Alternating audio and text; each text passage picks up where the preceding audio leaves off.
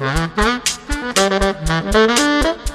Monsieur, bonjour, heureux de vous retrouver pour cette nouvelle édition du 13h du mardi 10 novembre 2037. Voici des titres de notre édition. À la une de notre journal, le cyclone Elodia qui ravage actuellement les côtes de Ralentir dans le sud-ouest et de l'Indonésie.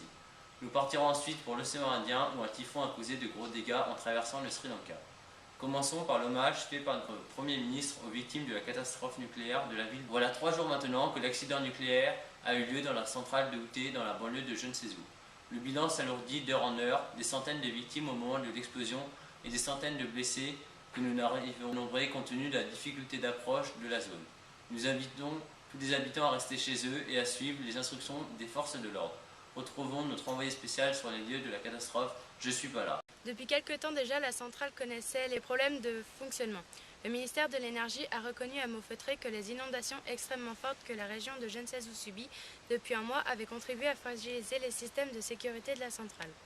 Le niveau d'eau est monté d'1 mètre à la suite des précipitations exceptionnelles jamais observées ici.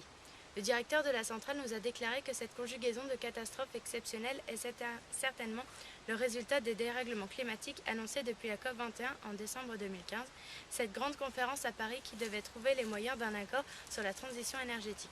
Nous allons donc continuer avec une actualité plus légère et le retour des vacances d'été. Et oui, l'été se termine cette année en novembre et la station balnéaire de Clermont-Ferrand fait le bilan de la saison sur les plages. Mais